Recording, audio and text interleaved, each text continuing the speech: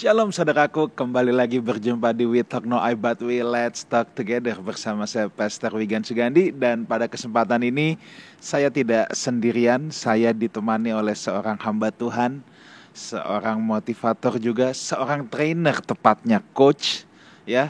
Dan beliau juga sangat mumpuni dalam kebenaran firman Tuhan, khususnya pada tema yang akan kita bahas pada kesempatan ini, yaitu tentang EQ. Ntar saya akan perkenalkan. Thank you Pastor Joshua untuk kehadirannya bersama-sama Terima dengan kasih. kita. Ya. Thank you. Nah saudaraku, sebelumnya saya ingin menyapa dulu untuk setiap saudara baik yang menyaksikan ini mulai dari YouTube ataupun dari MNC Live Channel. Kami ucapkan selamat bergabung, selamat belajar bersama. Saya juga udah gak sabar nih, saya mau belajar pada kesempatan ini. Pengen tahu tentang tema kita, EQ atau Emotional Quotient itu apa sih? Nah sebelumnya saya ingin menyapa dulu untuk setiap saudara baik yang ada di Jakarta maupun yang ada di luar kota ataupun luar negeri yang menyaksikan acara ini. Saya harap kita semua akan diberkati. Tanpa panjang lebar lagi, langsung saja kita mau tanya-tanya nih sama Pastor Joshua. Pastor Joshua atau Siap. Pastor Joshua nih saya panggilnya? Joshua aja Oke, boleh. Pastor Joshua. Oke. Apa sih EQ itu? Mungkin nih banyak teman-teman yang masih agak bingung. Kalau IQ sering dengar, tapi kalau Sering EQ itu dengar, apa betul. ya? Nah, mungkin bisa Emotional dijelaskan. quotient atau dalam bahasa Indonesianya itu kecerdasan emosi. Oke, kecerdasan emosi. Nah, mungkin orang bingung ya, yang maksudnya cerdas emosi itu kayak apa gitu ya. Iya. Karena orang di benaknya tuh yang namanya cerdas itu matematika, fisika Iya. gitu ya. Nah, kalau emosi cerdasnya seperti apa? Nah, kita kalau biasanya mengajarkan apa itu kecerdasan emosi yang very simpelnya gitu ya. Iya. Itu kita selalu menggunakan pemahaman bahwa orang yang cerdas emosi itu dia sadar. Dia menyadari apa yang terjadi di perasaannya, maupun apa yang terjadi di perasaan orang lain. Lalu kemudian selain sadar, dia juga bisa menggunakan, atau kalau kita biasanya menyebutnya itu mengempower perasaan yang dia sadari dalam dirinya ataupun yang dia sadari dari orang lain, supaya tujuan hasil akhirnya itu lebih produktif dari sebelumnya. Nah, basically kecerdasan emosi itu. Jadi kalau kita ambil keywordnya itu, satu, awareness, kesadaran. Awareness. Lalu yang kedua itu empowerment. Lalu yang ketiga itu produktif. Jadi tiga keyword itu ya, kalau kita ngomong, orang yang cerdas emosi itu seperti apa? Satu, orang yang aware, dia sadar perasaan dirinya maupun perasaan orang lain. Lalu dia mengempower itu supaya hasil akhirnya lebih produktif dari sebelumnya. Nah, sesimpel itu sebenarnya what is EQ itu. Awareness, empowerment, dan satu lagi produktif. Jadi hasil akhirnya tuh lebih produktif dari sebelumnya. Oke, nah sebenarnya EQ ini harus dipelajari oleh semua orang, atau hanya orang-orang tertentu, atau mungkin Pastor Joshua bisa cerita sedikit kenapa sampai bisa menggeluti ini gitu loh. Saya mulai itu tahun 2008. Oke. Nah, karena memang background hidup saya tuh punya banyak sekali masalah emosional. Saya itu memang karena lahir dan bertumbuhnya di keluarga yang cukup bermasalah juga ya. Jadi orang tua saya pada akhirnya bercerai. Tapi dalam proses menuju perceraian itu ada banyak sekali memang turbulence di dalam keluarga gitu ya. Sehingga sebagai anak saya memang tumbuh dengan banyak sekali isu-isu problem emosional gitu ya. Rasa berharga yang buruk. Terus kemudian saya awkward sosial. Jadi kalau saya ketemu orang itu kayak mau melarikan diri aja, bingung mau ngomong apa dan sebagainya. Sehingga waktu saya terjun ke dunia kerja, itu sangat apa ya, sangat merusak sekali. Saya sangat sulit bertumbuh, sulit berkembang, hubungan dengan orang lain juga nggak oke gitu ya.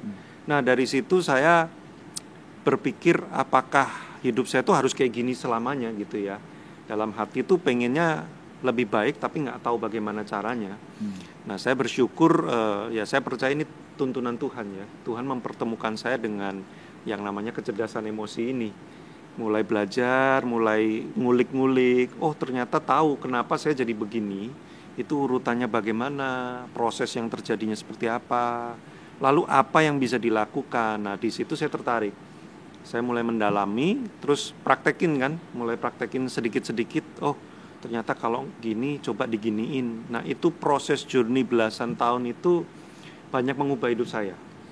Jadi saya bersyukur Tuhan menolong perubahan hidup saya itu melalui momen-momen ketika saya belajar kecerdasan emosi ini juga ya.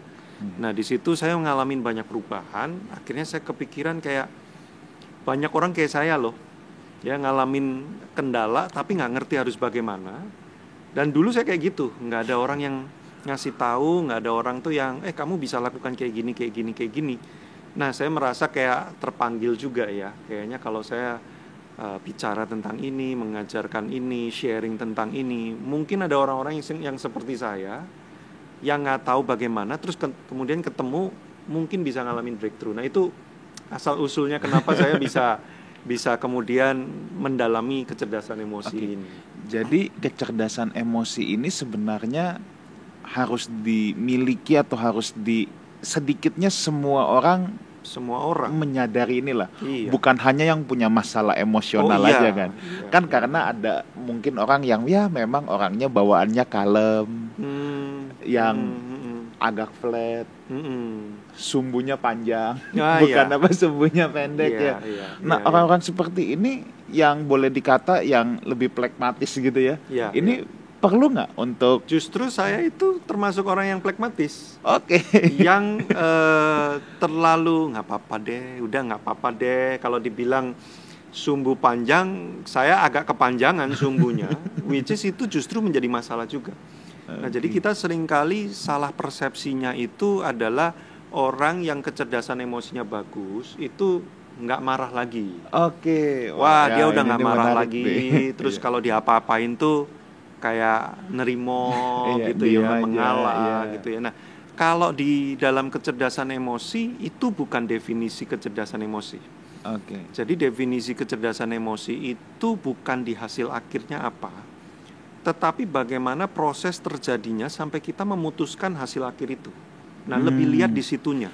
Iya, prosesnya ya. Kalau hasil akhirnya kita menjadi sabar, tapi dalam prosesnya itu karena kita ini punya kalau ini kasus saya pribadi ya, saya itu nggak berani menyatakan, nggak berani speak up, nggak berani menyatakan standpoint saya seperti ini, karena saya takut ditolak.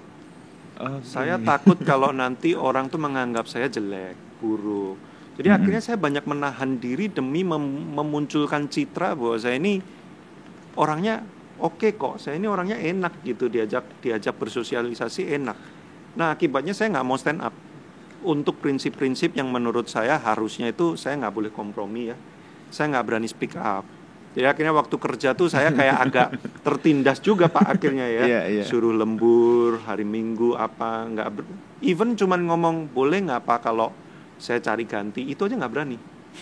Jadi nerimo baik, ya nggak menunjukkan kemarahan juga, nggak menunjukkan kesel juga. Nah, mungkin orang bilang, wah ini sabar banget ya, ini tenang banget, ini kok hidup kayaknya nggak ada gejolak gitu ya. Bukan nggak ada gejolak, gejolaknya di dalam, nggak berani keluar gitu kan. Nah, itu nggak oke sebenarnya. Kalau yang meledak-ledak gejolaknya dikeluarkan, ini jadi makan dalam kalau kata orang bilang. Nah, jadi seringkali sabar itu proses sabarnya karena apa? Yes. Kalau proses sabarnya itu karena ketidakberanian untuk stand up, terus ada rasa berharga yang nggak oke, itu termasuk yang nggak cerdas emosi juga. Berarti dia kan mengizinkan perasaan tidak berharga, perasaan takut ditolak itu menguasai dia. Dia nggak bisa doing something dengan itu. Nah, ini yang saya bilang tadi, nggak bisa mengempower perasaan itu, sehingga akhirnya resultnya gitu-gitu terus, kurang produktif. Gitu. Oke, saudara sekalian, kita belajarnya ini nih poin yang bagus banget, bahwa orang yang kelihatannya ketawa terus depannya ya, yang nggak pernah marah, itu belum tentu cerdas emosi loh, belum tentu. Nah, saya mungkin mau bertanya mulai dari sini dulu nih Pastor, bahwa kalau di Alkitab, wah ini menarik nih kalau udah kaitan Alkitab. Kalau di Alkitab EQ ini irisannya di mana gitu? Ada sebenarnya ada banyak sekali ya, baik contoh-contoh kasus yang terjadi maupun prinsip-prinsip sebenarnya yang ditaruh gitu. Iya. Misalkan contoh simple ya, kalau kita lihat di Amsal yang orang yang menguasai dirinya, Yes. mampu menguasai dirinya melebihi pahlawan yang merebut kota. Yes. Nah, itu sebenarnya salah satu prinsip EQ. Kenapa? Oke. Karena kalau saya punya quotes tuh gini, orang yang gagal menguasai perasaan, dia gagal menguasai keadaan. Oke. Jadi Orang yang keadaan Iya. kayak apapun, itu perasaan mesti dalam kendali dulu. Kalau kita nggak bisa mengendalikan perasaan-perasaan kita, boro-boro mau mengendalikan keadaan. Nah, ini dalam leadership, dalam rumah tangga, pernikahan, di Iya. banyak kasus sekali kan itu applied gitu ya. Iya. Keputusan yang dihasilkan menjadi disesali karena didahului oleh perasaan yang memang udah nggak terkendali dulu. Oke. Nah, itu terus misalkan contoh berikutnya, saya case Tuhan Yesus sendiri ya. Iya. Ketika dia menunggang balikan bait Allah, ada orang yang berjualan, dia kan marah sebenarnya. Iya. Nah, Marah makanya banget. kita tuh nggak bisa bilang gini loh, ih marah, berarti kurang cerdas emosi nih. Iya. Kita mesti lihat proses munculnya marah itu karena apa dan bagaimana. Iya. Kalau kita lihat Yesus, dia marahnya tuh bukan karena kalap tak terkendali ya. Dia justru sangat terkendali sekali. Makanya dia marah pada orang yang tepat, Iya. dengan kadar yang tepat, Iya. dan ekspresi yang tepat. Iya. Dan setelah dia selesai marah ya udah. Iya. Biasanya kan kita setelah marah, kita masih ada buntutnya ya. Orang lain kena, masih ada pelampiasan-pelampiasan lain. Nah, itu salah satu indikator bahwa nggak terkendali. Oke. Jadi bukan saya yang marah, tapi ini yang marah adalah dorongan perasaan dari dalam yang aku nggak bisa kendalikan, keluar begitu saja. Iya. Nah, tapi Yesus nggak begitu waktu itu. Yes. Jadi ini contohnya seringkali mungkin ada yang lagi tertekan di tempat kerjaan, habis diomelin sama atasan, Ya, pulang-pulang pelampiasannya istrinya diomel-omelin, Anaknya. anaknya nggak tahu apa-apa juga diomelin, Ya. mungkin cecek lewat di tembok juga bisa bisa diomelin. juga, betul. Nah kalau itu adalah ketidakcerdasan secara emosional. Yes. Karena kan satu awareness, apakah dia sadar Iya. bahwa saya marah tuh sebenarnya karena apa? Bukan karena istri saya atau suami saya atau karena apa? Terus yang kedua, dia berarti nggak doing something. Dia nggak empower. Makanya hasilnya jadi nggak produktif kan, hubungan dengan Oke. suami istri nggak oke, anak jadi kecewa sama orang tua. Nah, hasilnya jadi nggak produktif. Gitu. Bisa nggak Pastor Joshua, kalau apa saya katakan kecerdasan emosi ini sangat erat taliannya dengan buah roh penguasaan diri? Sebenarnya semua buah roh itu kan buah-buah yang sifatnya perasaan ya, sukacita, Oh, damai iya, sejahtera, iya. ya penguasaan diri, Iya. ya, murah hati, itu kan semua sebenarnya perasaan. Iya. Nah, jadi makanya memang saya kalau mengajar kecerdasan emosi dalam konteks kekristenan ya, saya selalu menjelaskan bahwa manusia jiwa itu kan emosi, pikiran dan perasaan itu kan adanya di jiwa ya. Iya. Manusia jiwa itu sebenarnya jembatan antara roh dan tubuh. Yes. Itu. Iya. Jadi kalau mau buah roh itu bisa berekspresi sepenuhnya, memang jiwanya juga mesti sehat. Karena kalau enggak nanti mampetnya, mungkin rohnya udah bener gitu ya, lahir baru, udah penuh Roh Kudus, mau keluar buah rohnya, tapi kalau manusia jiwanya itu kita enggak manage juga, ibarat keran itu airnya sudah murni mau keluar, tapi kerannya mampet. Nah, jadi nggak terekspresikan keluar juga ke dalam tubuh kita, perkataan, sikapnya nggak keluar jadinya, karena jiwanya mampet. Nah, disitulah kecerdasan emosi itu menjadi part yang saya percaya Tuhan juga bisa bekerja ya, untuk supaya manusia roh kita, buah-buah roh kita tuh mengalir dengan lebih keluar gitu ya, lebih lancar gitu. Iya. Kayak gitu Pak. Iya. Kalau kasus Elia, ya, Itu menarik juga. habis mengalahkan 40 nabi Baal. Iya. Wah, ini Iya. mengalahkan 400 nabi Baal. Sangat super power sekali. Tiba-tiba ketakutan sama Isabel. Iya, iya. Sama satu orang aja dia takut. Iya, iya. Ini nih bisa dikategorikan kasus kecerdasan emosional atau enggak? Ada part emotional management juga di dalam case itu. Iya. Karena sebenarnya kalau kita nanti telisik kecerdasan emosi lebih dalam lagi ya, antara pikiran dan perasaan tuh nyambung, selalu nyambung. Jadi kita nggak bisa memisahkan pikiran saja atau perasaan saja, karena dua-duanya tuh kait-mengkait. Nah, kalau kita pelajari kasus Elia tuh salah satu yang membuat dia dengan cepat down, itu adalah dia mengira dia sendirian. Dia mengira dia udah nggak punya siapa-siapa lagi. Makanya dia akan komplain sama Tuhannya, cuman aku gitu ya, yang lain udah nggak ada, cuman aku gitu ya. Tapi in the end Tuhan kan menunjukkan bukan cuman kamu, masih ada 700 orang lagi yang sebenarnya itu sudah disiapkan, jadi kamu nggak sendirian. Nah, salah satu manage perasaan itu adalah dengan manage pikiran juga.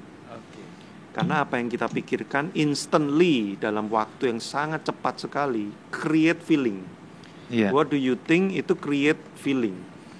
Nah, ketika kita berpikir bahwa kita ini nggak punya siapa-siapa lagi, cuman sendirian, dengan cepat kita akan merasa lonely, merasa desperate, merasa putus asa. Nah, actually itu yang terjadi dengan Elia.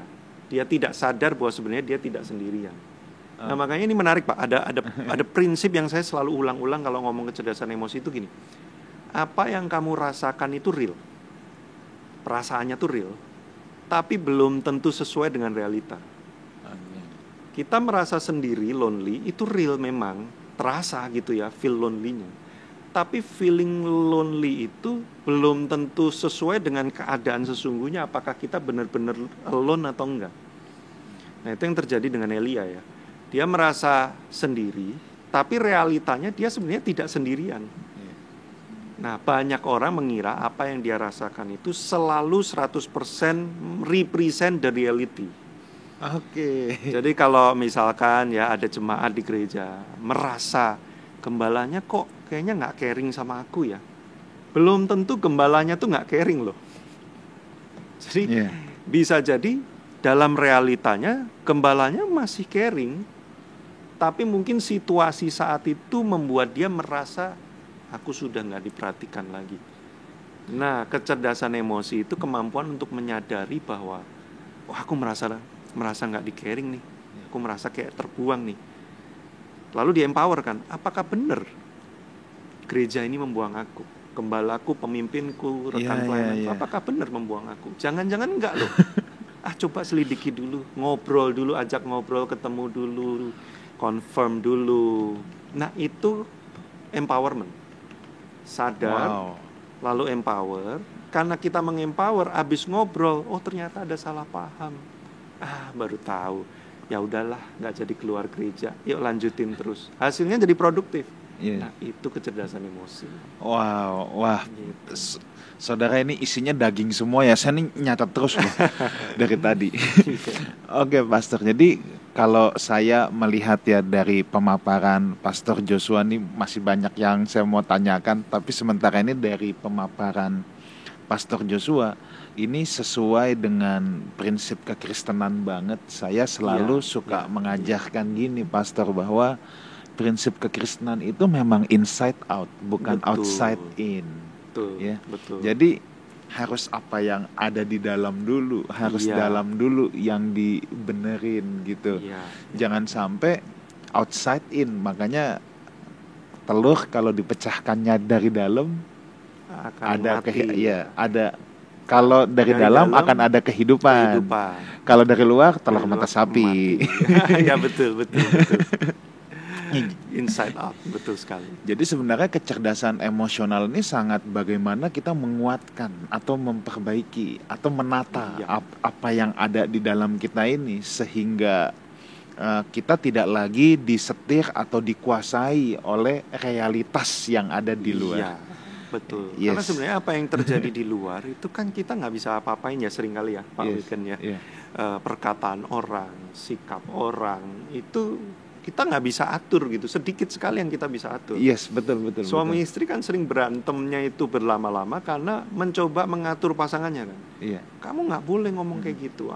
Kamu nggak bisa bersikap seperti ini. Tapi dia kan punya kehendak sendiri. Makanya kita stres. Nah, sebelum kita ngomong kamu nggak bisa begini, better kita mengatur diri kita sendiri dulu. Kalau dia tetap kayak gitu, aku mau gimana? Kan gitu kan.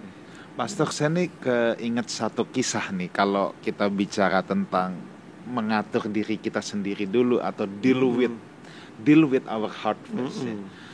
waktu di Lukas 24 yang dua orang murid yang mau keluar dari Yerusalem, kan mereka mau mengaburkan diri tuh karena kekacauan di Yerusalem. Iya, iya, iya. Di tengah jalan ketemu sama Yesus.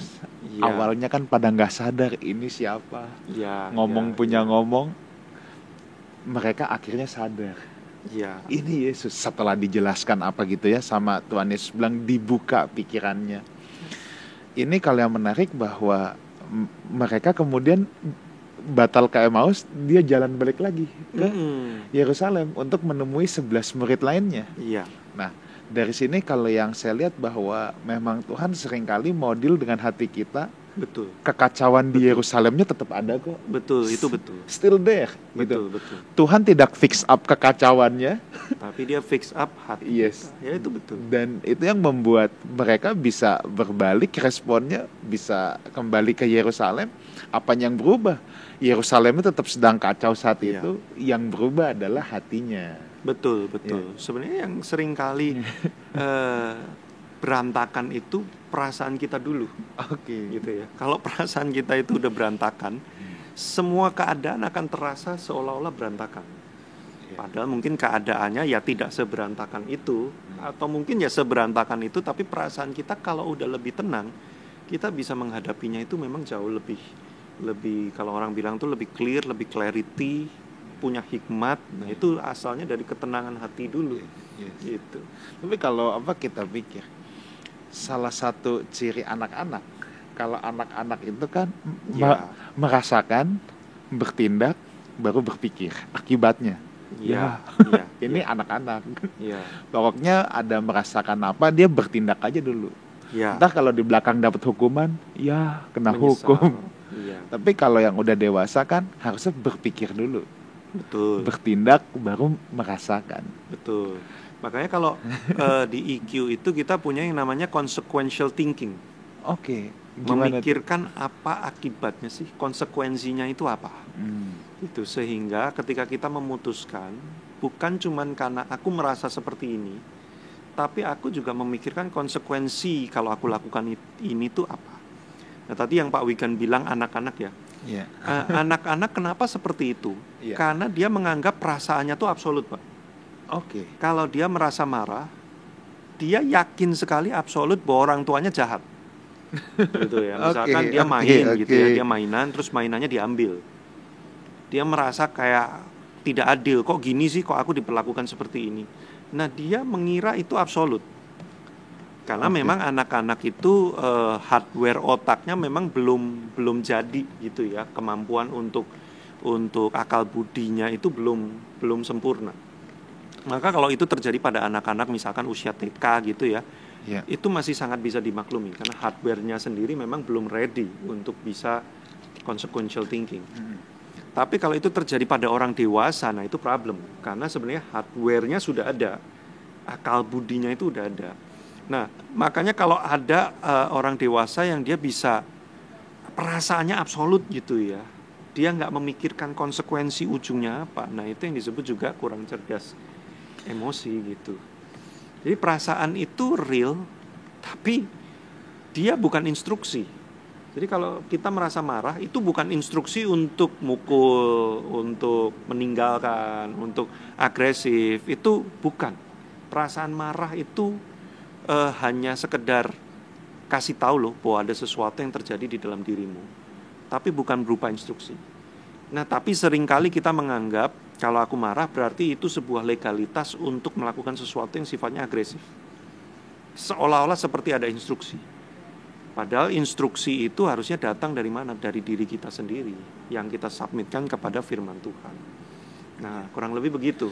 Saya seneng banget sama tadi yang pastor katakan Consequential thinking.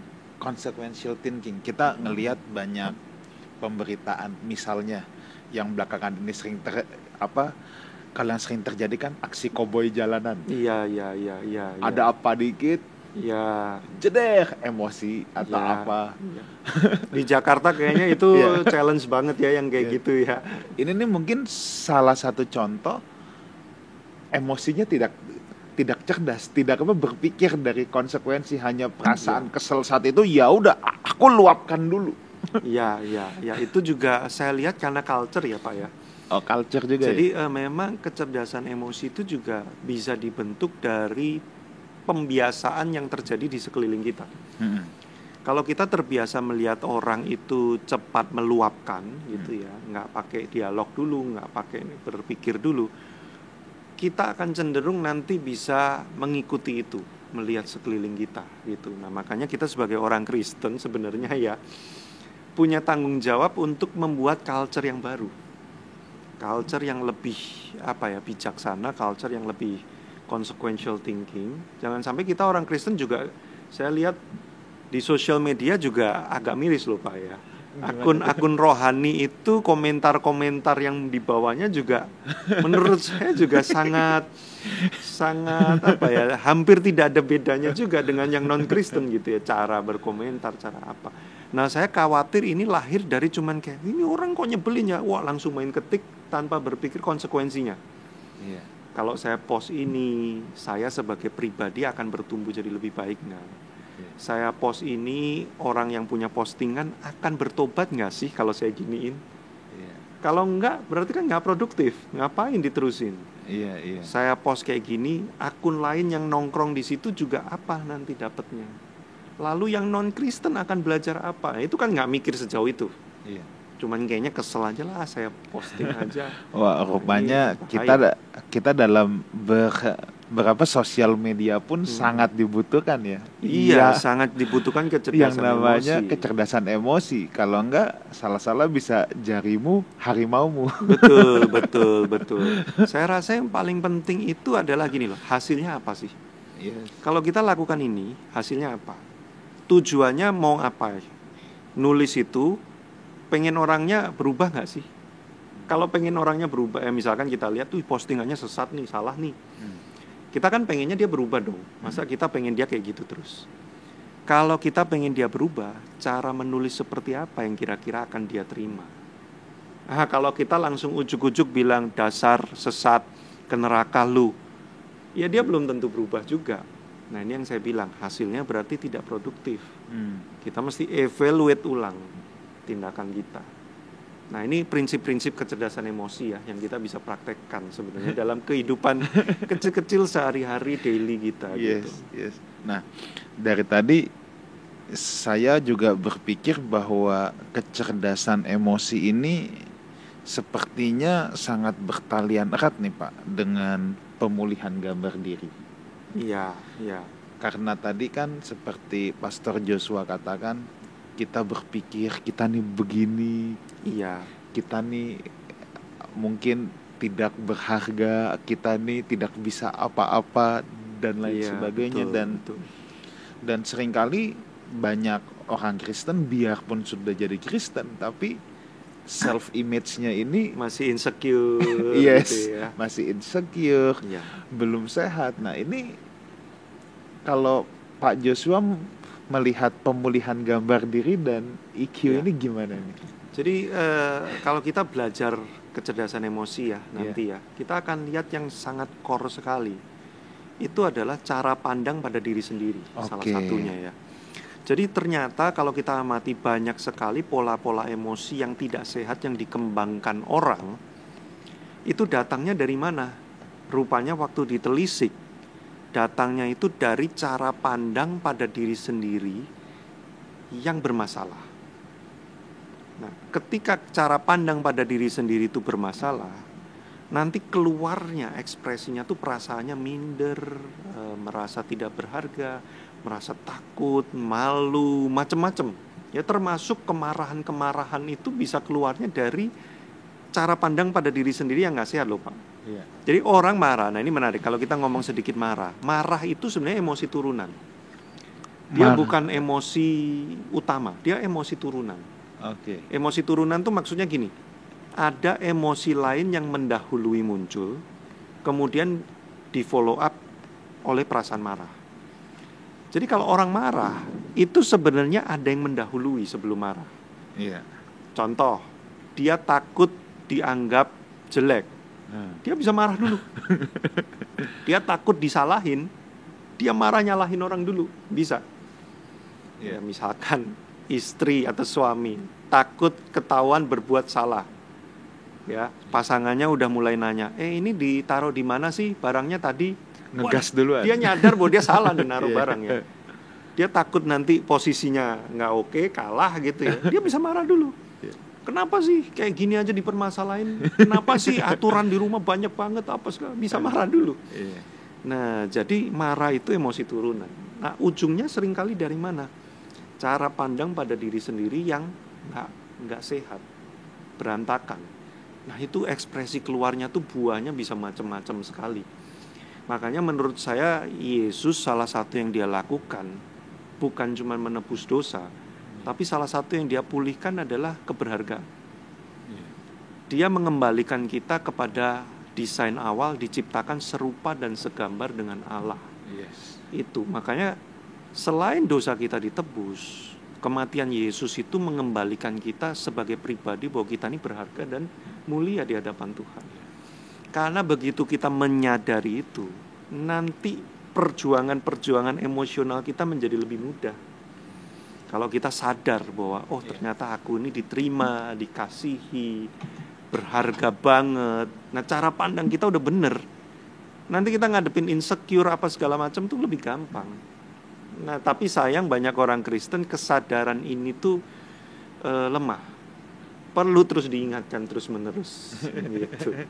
Oke, luar biasa. Nah, sekarang nih Pastor nih, karena waktu kita terus berjalan, ini Siap. mungkin pertanyaan yang paling krusial dan mungkin ditanyakan sama banyak teman-teman yang menyaksikan ini.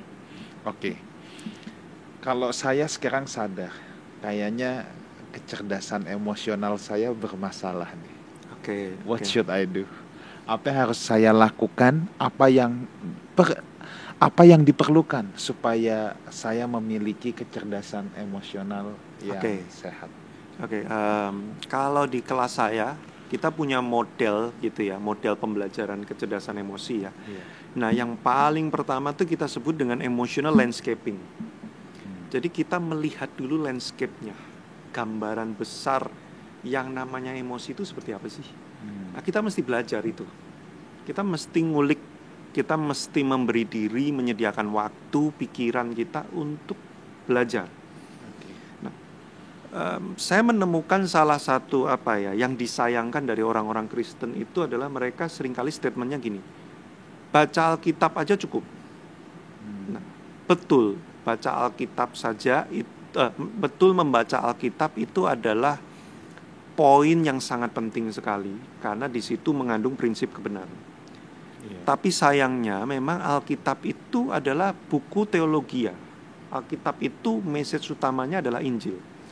Dia bukan buku sains dan dia bukan buku yang bersifat hal-hal yang teknis, praktikal gitu ya. Nah, itu sebabnya kenapa kita perlu belajar.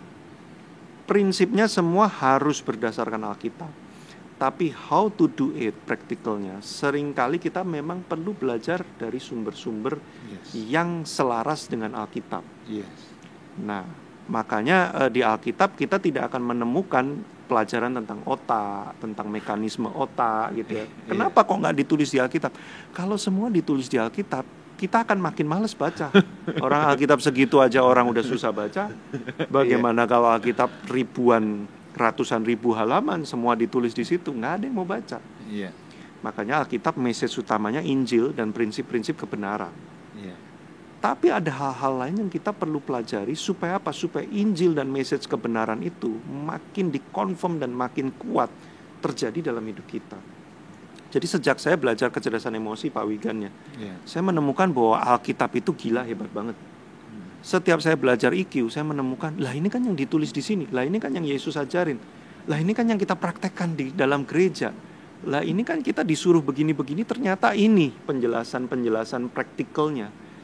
Saya belajar IQ bukannya murtad, saya belajar IQ, makin menemukan, Tuhan itu keren banget ya, dan mengerti bagaimana how to practice kebenaran itu. Nah, jadi kalau ditanya, saya harus bagaimana sekarang? Spend waktu, expand your learning. Alkitab tidak boleh ditinggalkan karena Alkitab itu main course.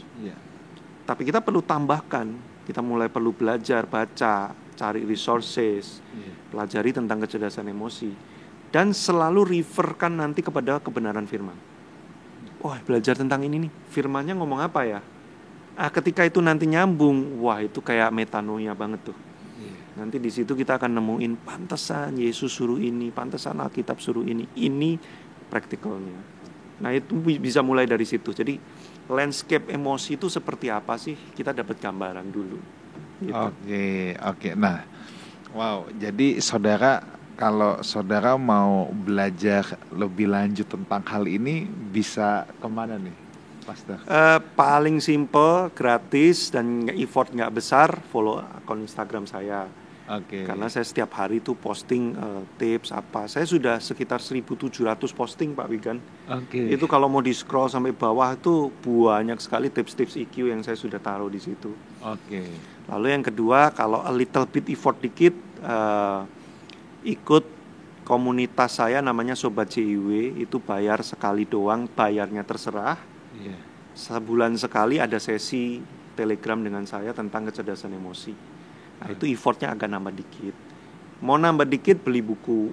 Ada beberapa buku kecerdasan emosi yang saya tulis. Mau super effort, ya ikut kelas-kelas saya. Ada salah satu kelas yang saya rekomen banget itu 3 hari sertifikasi EQ practitioner. Jadi itu from A to Z, dari orang yang nggak ngerti apa-apa tentang kecerdasan emosi sampai lumayan jadi practitioner. 3 hari itu ya? 3 hari 12 session. Itu banyak prakteknya, ada tes-tesnya. Jadi benar-benar yang dibilang awareness tadi itu kayak orang dibedah, Pak. Jadi kita akan langsung tahu positioning saya itu di titik-titik ini nih yang perlu di-upgrade, how to upgrade-nya. Dan saya jamin walaupun itu kelasnya sekuler gitu ya, general gitu ya, tapi saya jamin itu nanti akan sangat related dengan kebenaran firman-nya, akan kelihatan banget. Luar biasa. Jadi banyak lah ya, mulai dari yang gratis, effortnya kecil sampai yang super effort gitu ya. Nah mungkin nih pertanyaan terusannya, ini kan banyak pemirsa pasti orang tua yang punya anak. Ini mulai dari mungkin ada yang anaknya masih kecil, ada yang anaknya remaja. Ini kan semua punya pergumulannya masing-masing. Betul. Ada yang bilang begitu remaja, kenapa sih anak saya sekarang berontak terus sama saya, udah nggak mau deket, mau diajak pergi aja susah apa. Nah, ini bagaimana menggunakan EQ dalam parenting? Setiap fase pertumbuhan manusia itu memang terjadi perkembangan emosional yang berbeda-beda. Nah kalau anak di bawah 5 tahun itu yang seperti saya tadi bilang, kita memang harus menyadari bahwa hardware mereka ini belum kebentuk sempurna. Jadi kemampuan mereka untuk mengelola emosi itu memang minim. Jadi kalau mereka kemudian kayak meledak apa segala macam, ya itu kita memang harus sabar-sabar dulu gitu ya. Usia 0 sampai 5 tahun. Nah, ketika nanti kemudian teens yang dibilang tadi itu memang kalau secara hardware otaknya itu banyak neuron yang putus, Pak. Banyak neuron yang putus. Di saat yang sama lebih banyak neuron baru juga terbentuk. Jadi neuron-neuron baru muncul semua, yang lama-lama putus-putus tuh banyak. Makanya kelakuannya agak-agak begitu gitu ya. Hari ini begini, besok begini, maunya sendiri apa segala macam. Itu memang ya fase-fase itu. Jadi memang kesadarannya kita juga menyadari bahwa ketika mereka rebel dan sebagainya, belum tentu hati mereka sebenarnya begitu. Itu memang fasenya sedang seperti itu. Nah nanti umur 21 tahun ke atas itu udah mulai terbentuk hardware-nya dengan stabil. Tapi kita jangan, wah bagus, sudah terbentuk stabil. Masalahnya sebelum umur 21, apa yang kita tanamkan, itulah yang akan mengkristal. Itu yang akan kita tuain. Nah jadi kalau sebelum umur 21 itu yang jelek-jelek yang ditanamkan, yang mengkristal ya jadinya ya seperti saya tadi ya. Karena saya tuh melihat pertengkaran, gak pernah diajak ngomong, gak pernah diapresiasi. Ya yang mengkristal akhirnya ya perasaan gak mampu, perasaan kayak saya terbuang dan sebagainya. Nah jadi memang tiap periode ini orang tua memang harus menyadari apa yang terjadi dan menemukan cara pendekatan yang berbeda-beda gitu. Kita bisa melatih EQ pada anak nggak? Bisa, sangat bisa sekali. Nah makanya Kalau pengen anak itu cerdas emosi, orang tuanya mesti cerdas emosi dulu. Iya. Nggak bisa. Jadi kalau Iya. kita orang tuanya insecure, orang tuanya meledak-ledak, gampang kebablasan, terus anaknya tenang, Nggak anaknya mungkin. terkendali, clarity gitu, Yes. itu tuh kayak mujizat banget gitu. Iya. Ya. Jadi kalau anak mau clarity, orang tua mesti clarity dulu.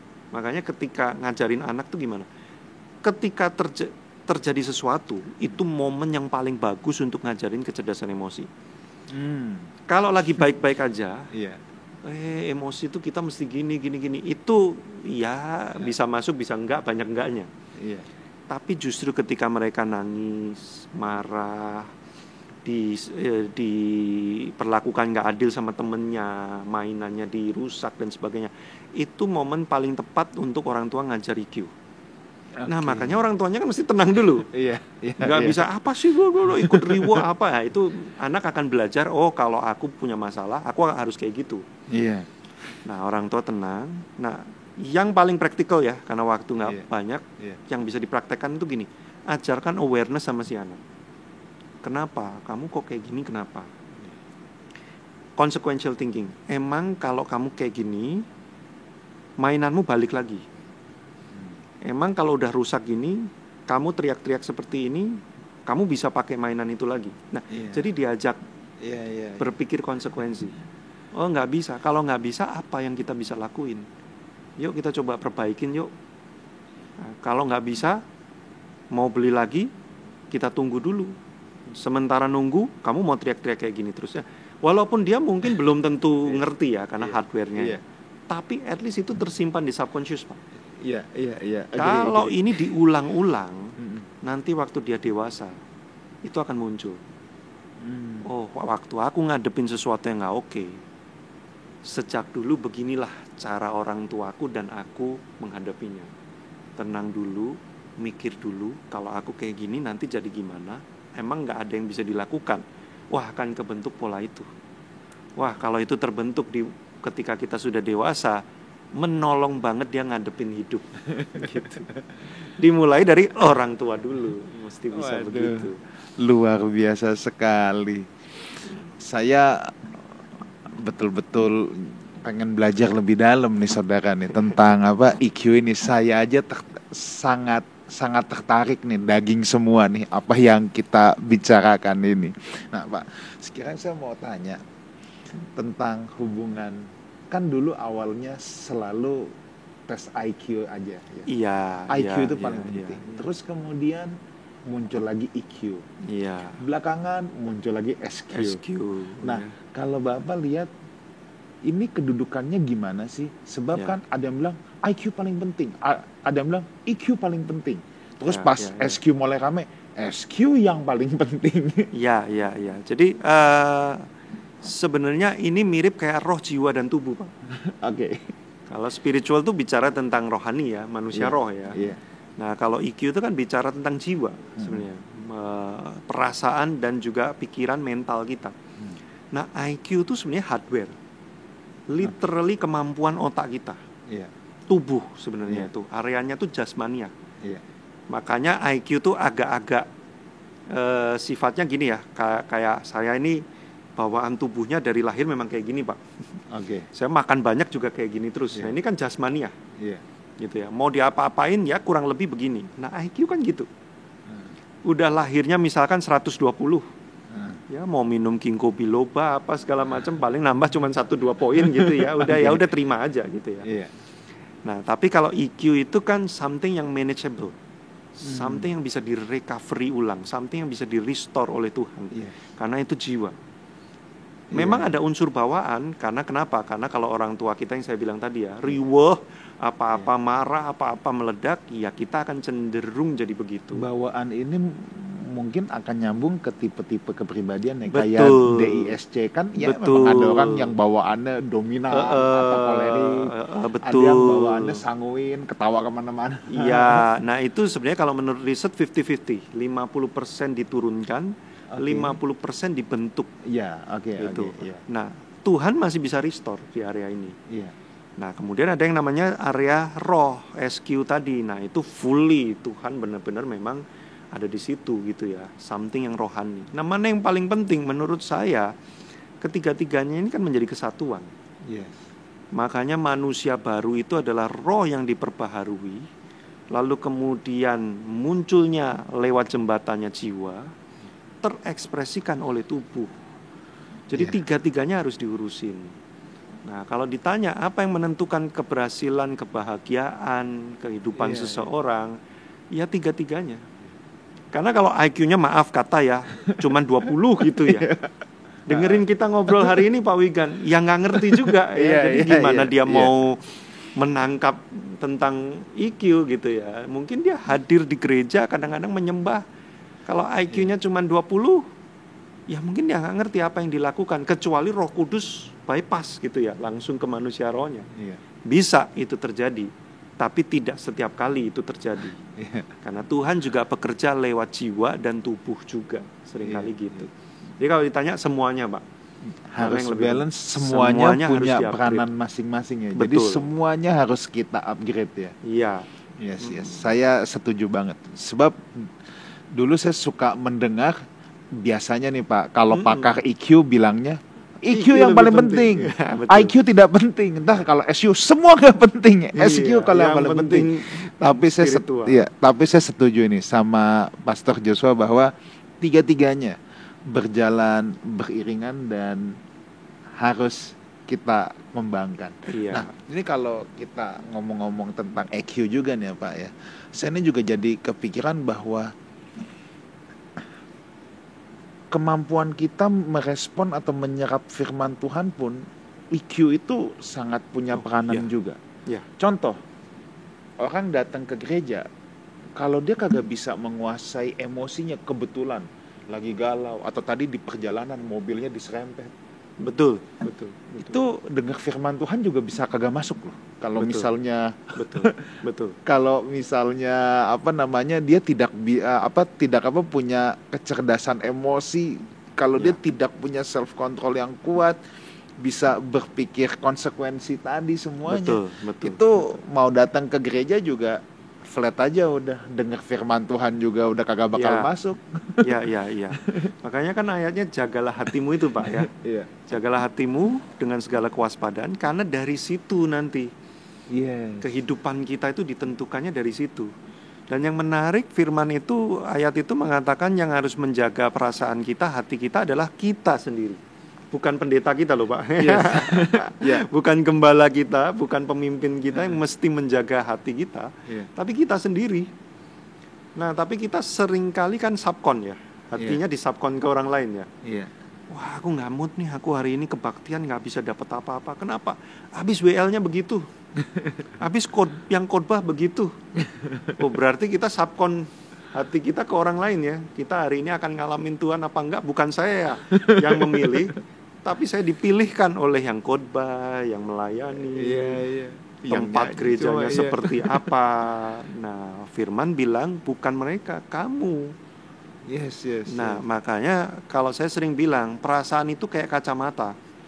Kalau perasaannya lagi gelap, mau ruangannya terang juga berasanya suram gitu ya. Mau yang khotbah itu udah sungguh-sungguh, kita tetap berasa kayak hidupku lagi nggak oke nih, lagi bermasalah. Nah, makanya kita mesti satu tadi Pak, aware, sadar bahwa aku lagi pakai kacamata hitam nih. Aku mesti ganti. Aku memutuskan untuk tidak mau terus kayak begini. Aku mau terbuka dengan firman, aku mau terbuka dengan hadirat Tuhan yang ada di tempat ini. Nah, itu kecerdasan emosi. Sadar, di-empower supaya hasilnya lebih produktif. Wah, kalau semua jemaat begitu, gereja akan lebih powerful. Karena apapun yang terjadi di gerejanya, dia akan tetap bisa fokus melihat Kristus. Tidak mudah didistraksi oleh perasaan, oleh apa yang ada di luar gitu. Nah, itu praktek kecerdasan emosi untuk kehidupan beribadah kita gitu ya. Oke.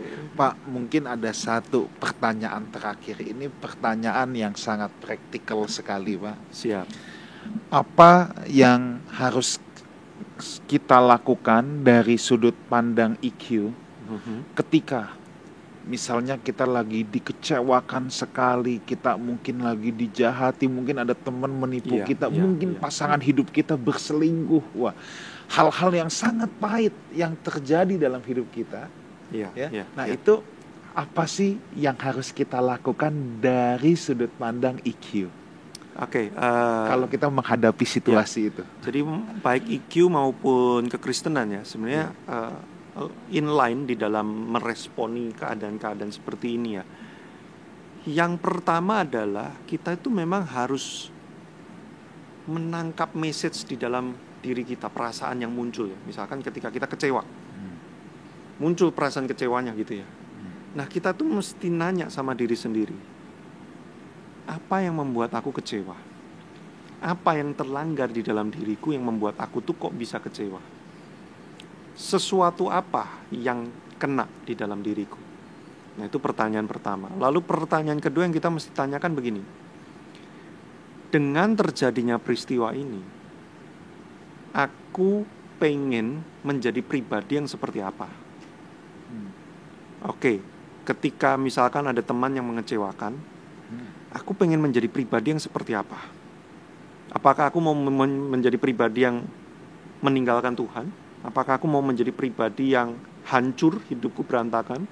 Atau aku mau menjadi seorang pembalas dendam gitu kan? Aku mau menjadi seperti apa? Tentunya menjadi seperti apa? Menjadi seperti yang Kristus inginkan. Jawabannya kan gitu. Begitu kita sudah menemukan, oh aku mau seperti Kristus. Pertanyaan ketiga, apa yang harus aku lakukan dalam keadaan seperti ini supaya aku tetap menjadi seperti Kristus walaupun dia seperti ini? Wah, kalau kita bisa praktekin 3 pertanyaan itu tuh, maka nanti apapun yang terjadi dalam hidup kita malah makin serupa Kristus. Nah, ini aneh. Memang orang Kristen aneh, Pak Wigan. Ya. Makin diguncang, makin jadi seperti Kristus. Kenapa? Karena dia punya kesadaran ini, bahwa apapun yang terjadi dalam hidupku, Tuhan izinkan supaya aku tuh makin tajam dan makin serupa Kristus. Nah, kalau aku punya kesadaran ini, dunia mau mengguncang aku seperti apapun, in the end, aku akan menang. Aku akan semakin bertumbuh seperti Kristus. Wah, enak ya Pak ngomong ya. Memang ngomong tuh selalu enak. Mempraktekkan memang sulit. Di mana-mana selalu seperti itu. Tapi bukan berarti kita tidak mau praktek. Hanya karena ini terlihat sulit. Nah, saya dalam perjalanan hidup saya udah berkali-kali ngalamin seperti itu. Duit diambil, ditipu, apa segala macam. Indian saya menemukan, saya selalu breakthrough ketika saya berpikir, Tuhan, kamu mau jadikan aku orang seperti apa? Tuhan ngomong waktu itu, aku pengen kamu tidak cinta uang. Lewat peristiwa ini aku pengen kamu tidak cinta uang. Oke Tuhan, apa yang harus aku lakukan supaya aku menjadi seperti yang kamu mau? Tuhan tuntun, saya berdoa, saya cari firman-Nya, saya benar-benar berkata pada diri sendiri, melepaskan uang yang sudah diambil orang itu. Lama-lama saya benar-benar menemukan itu. Bisa melepaskan diri, perasaan saya sudah ikhlas, lepas gitu kan. Nah, kalau kita bisa praktek 3 pertanyaan itu, apa yang kena? Saya mau jadi seperti apa? Bagaimana saya bisa menjadi orang seperti itu? Tuhan akan menolong kita. Maka semua problem itu justru makin menjadikan kita serupa dengan Kristus. Nah, ini kecerdasan emosi di dalam kekristenan akan powerfulnya seperti ini. Wow, luar biasa sekali. Thank you so much Pastor Joshua untuk kesediaannya. Tanpa terasa sudah 1 jam. Wow. Masih banyak banget sebenarnya yang mau kita pelajari. Mungkin ada 1 closing statement untuk teman-teman yang ada di rumah. Ya, kita tahu hidup di dunia ini begitu sulit ya Pak ya. Karena dunia ini kan sudah broken. Dosa merusak segala sesuatu. Makanya semakin modern dunia, orang tuh semakin punya banyak masalah emosional. Makin stres, makin tertekan, makin insecure, makin ini itu. Tapi yang kita perlu tahu bahwa Yesus mati buat kita, bukan cuman urusan shortcut ke surga. Dia juga pengen selama kita hidup di dunia yang broken ini, kita juga bisa menemukan damai sejahtera. Kita juga bisa menemukan happiness. Makanya dia kan menjanjikan, damai sejahtera yang kutinggalkan untukmu itu tidak seperti yang di dunia berikan. Iya. Melampaui akal budi. Nah, ada tersedia buat kita ketenangan jiwa, sukacita, damai sejahtera, itu Tuhan sediakan. Nah, bagaimana kita bisa berjalan di tengah dunia yang broken ini, tetapi jiwa kita juga tetap tenang, bebas, dan penuh dengan damai sejahtera? Disitulah kecerdasan emosi menolong kita. Karena kecerdasan emosi bisa dijalankan bersama dengan prinsip kebenaran firman ini, menolong kita untuk kita hidup di tengah dunia yang broken ini dengan prinsip firman Tuhan, dengan manusia jiwa yang sehat dan damai sejahtera. Oke. Segala peristiwa yang tidak menyenangkan, yang menyakitkan dalam hidup kita, ya, itu semua bisa menjadi amplas untuk membuat kita makin tajam, makin berkilau, makin bersinar, makin serupa seperti Kristus. Oke, thank you sekali lagi Pastor Joshua untuk kebersamaannya pada kesempatan ini. Siap. Thank you so much. Nanti kapan-kapan kita harus ngobrol lagi nih. Nanti ada satu partner saya, host juga, Pastor Ruli. Nanti kapan-kapan kita mesti ngobrol lagi nih. Oke, saudaraku, minggu depan kita akan meneruskan, kita akan membahas tentang SQ, Spiritual Quotient. Saya tidak sendiri, saya akan ditemani oleh sahabat saya yang sudah pernah juga berbincang-bincang di tempat ini sama-sama kita, Pastor Ferry Felani. So next week, see you next week di acara kita We Talk, No I But We, Let's Talk Together. God bless.